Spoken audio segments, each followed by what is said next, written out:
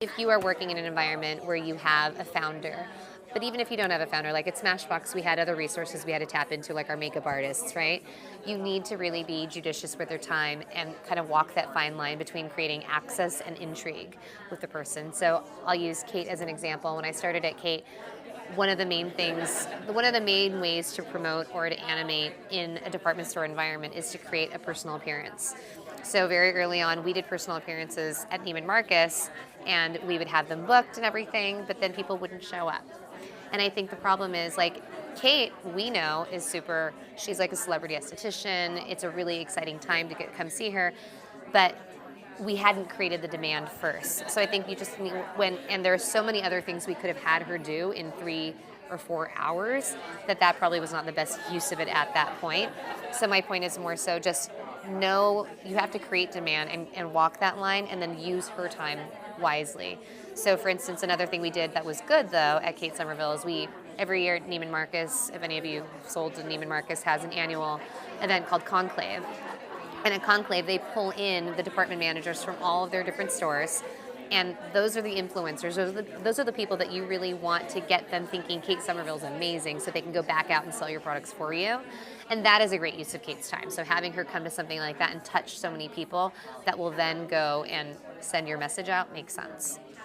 And of course, getting free help. So I tap into interns. I know FITM does a ton of them. USC, UCLA, we're so lucky that we live in an area that has great schools around. And then I've even done B-school students. So like I went to USC for business school. I've gone back to the business school and had them do focus groups for me. I've had them do market research studies, things like that. So just tap into free help whenever you can. And of course, money. So limited resources, one of the big ones is money.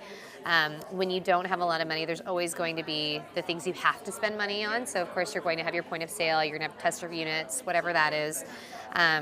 But then the other part is, where can you put your money that your consumers are going to, you're going to reach the most consumers with the most engagement as much as possible. I'm a really big fan of sampling. I think it really can move the needle if you believe in your product. And I think the parameters on which you kind of determine sampling should be, where can I get the highest touch and the most engagement? So I don't know if any of you have sat with Ipsy, Jen Goldfarb's table, and you have experience in this too, so I'd love to hear yours. But for Ipsy, like one of the things they do is that you give samples in a bag to 30,000 girls. They get it home, and then they watch a video about how to use your product, and then it encourages them to go and make another video. So you get a lot of touch. Of course, you want to get exclusivity in the category if you can. Check out conversion, return on investment, and have as little noise as possible. So, for instance, I'm not a real big fan of like gift bags in like a whatever award ceremony or whatever it is, because it's not high touch. Like, you get a bunch of stuff at once, and what are the chances that you're really going to take that out and try it at that moment, right? So you want something where you can touch that consumer as much as possible, or they're the ones actively accessing your sample, right? They've asked for it. You had a promo code and they wanted it. They redeemed it with their 100 points or whatever it was.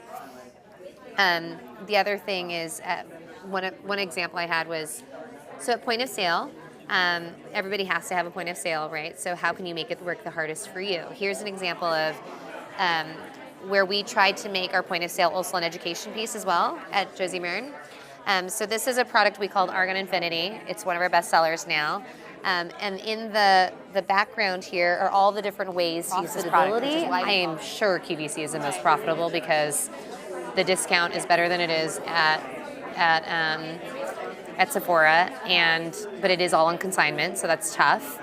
And still, you get the volume bump. Right. But you get the volume, and if you can get, you can do more than you do all month at Sephora. well, and if you can do, like, we do 3 to 4 TSVs now a year, which is like millions of dollars in 4 days. It's a today's special value, and so for one day, something that costs like, the retail value will be like $69, will be available for like $29 that day.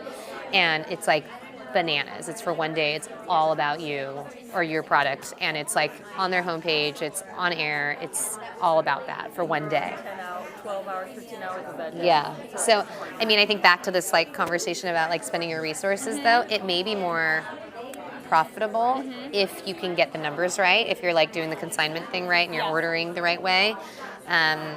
But it is a lot more of a drain on whoever your spokesperson is. So depending. And Josie Maran does her own. Yeah, so Josie is our spokesperson, so obviously her time is more valuable to us than, say, even mine is. Yeah. So for us, it's a lot of, I mean, she has a house in Pennsylvania and she has a house in LA. Yeah. So it's a huge commitment that we've made. But our sales, and this is no different than it was at Smashbox or at Kate, a lot of our sales come from QVC. So QVC just has a big audience, and so it drives a lot of the sales. But it's also like paid advertising because, I mean, it's different now than it used to be. Like back in the day, Nordstrom's and Sephora or traditional brick and mortar were like poo-pooing QVC, and they thought it was so down market. And now they embrace it. Every time we do something on QVC, they want to know when. We send them the show times because they will promote that on their websites, and they'll try to piggyback as much as they can off of it. They'll try to offer something. If they can't, even if they can't beat it in price, they'll try to at least offer that same item because maybe that person will see it on TV, but I just don't buy things on TV. I want to go in to the store, and even if I pay $10 more, I've already, in my mind, like, sold myself on it. I'd still rather buy it at the store just because I want to be able to touch it and feel it. So I think there's a lot of sales that get piggybacked that way. Can I ask another part? Yeah. So at QVC, can you tell me at what point Josie Maran did enter QVC? Was it after she kind of was a little bit more established? Was she a newcomer coming into the brand? So Josie, actually, interesting enough, she's been on QVC twice. So she, well before my time, was on QVC one time, and the way she tells is that the first time she went on as herself. So she really and Josie's kind of a hippie. She doesn't wear a lot of if you ever met her in real life, she doesn't wear a lot of makeup. She's really casual, super friendly. And the first time she went on, she just sort of was like, "Hey, I'm gonna sell some product," like I'm just like, I'm here, And she didn't really. And if you see her on QVC now, we call it like her Sasha Fierce, sort of. Like she kind of takes on a different personality almost, where she puts on a role. Like, this is her selling you a product, and that's what she needs to do. Like when she goes on air, she she does her hair, she looks different, and she still acts kind of like herself, but just a peppier version, I would say, kind of herself. But I always think it's really interesting that the first time she went on, she essentially failed. Like it didn't go well the first time she did it, and they let her come back again.